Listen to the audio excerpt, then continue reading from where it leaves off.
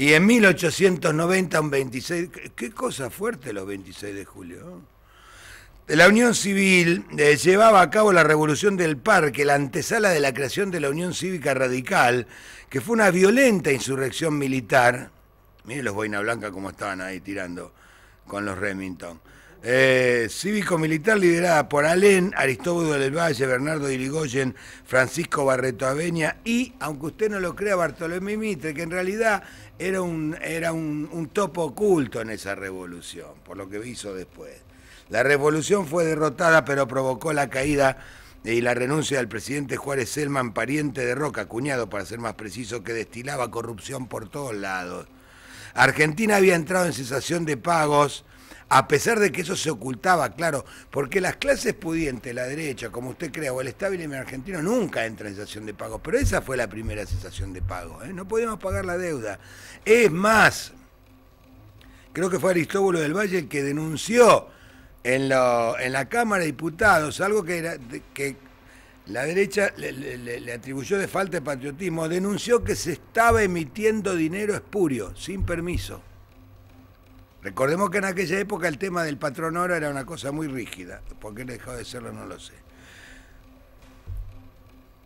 Pero como ellos nunca entran en default, los gobiernos conservadores que dicen que lo primero que hay que hacer es honrar la deuda, igual los comerciantes ya sabían que esto estaba pasando, el pánico llevó a subir los precios de los artículos de primera necesidad y la población se empobreció rápidamente en el transcurso de meses, ya lo vimos esto.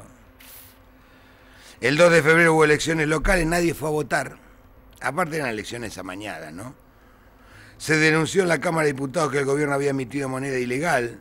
La creación de la Unión Cívica Radical finalizó con una enorme marcha a Plaza de Mayo sorprendente. Fue la primera movilización de masas de la historia argentina popular, porque un grupo de dirigentes, todos pomposos, porque eran señores, además de familias pudientes, pero eran tipos que querían dar una vuelta en historia, empezaron a caminar tomados del brazo y hasta se asustaron porque se le empezó a sumar gente, y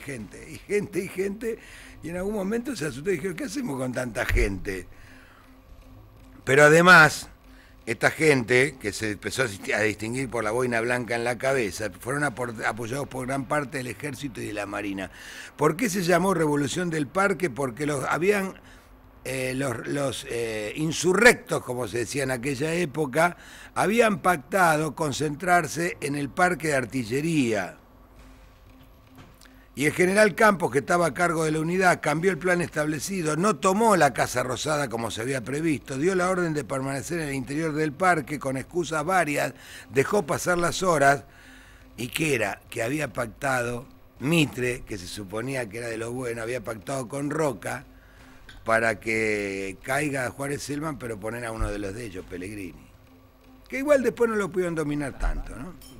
El plan incluía la detención de los líderes del gobierno, Juárez Celman, Pellegrini y Roca, no lo hicieron, se equivocaron en el cálculo de municiones. Bueno, esto es muy argentino, ¿no? Los muchachos conservadores que hablan de la ética. Se equivocaron en el cálculo de municiones que había en el parque de artillería, Denise, ¿sabe por qué? La corrupción era tan grande que los datos del ejército eran truchos, no había tantas armas como Juárez. Las habían pagado supuestamente, pero las armas no estaban. Se calcula que murieron 300 personas, no fue un chiste esta revolución.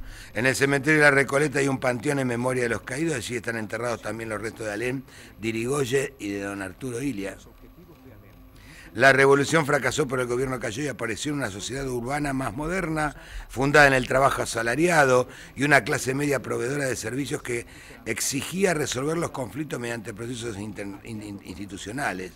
Y ante la traición de Bartolomé Mitre, apareció entonces la Unión Cívica Radical, el primer partido que merece llamarse como tal en la República Argentina. Aquí nacía la Unión Cívica Radical y la simiente de lo que después fue la votación universal y la democracia y todo lo demás. Es un hecho fundacional de la historia argentina, la Revolución del Parque.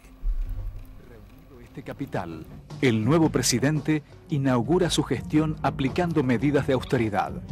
Despide a empleados públicos, reduce los salarios, nacionaliza las obras sanitarias privatizadas por Celman, crea la caja de conversión para dar confianza a los inversores y funda el Banco de la Nación Argentina. Si bien el 90 significó una derrota para los sectores disconformes, sentó las bases para la organización de la nueva oposición y la aparición de los partidos políticos modernos. Tras el acuerdo entre Mitre, Roca y Pellegrini, la Unión Cívica se divide en la Unión Cívica Nacional, liderada por Mitre, y la Unión Cívica Radical, comandada por Leandro N. Alem. Así, en 1891, nace el primer partido político de la Argentina moderna. La Unión Cívica Radical propone en su carta orgánica elecciones libres y honestidad en la administración pública. El partido de Alem cuestiona duramente al régimen y no durará en tomar las armas para intentar imponer sus objetivos.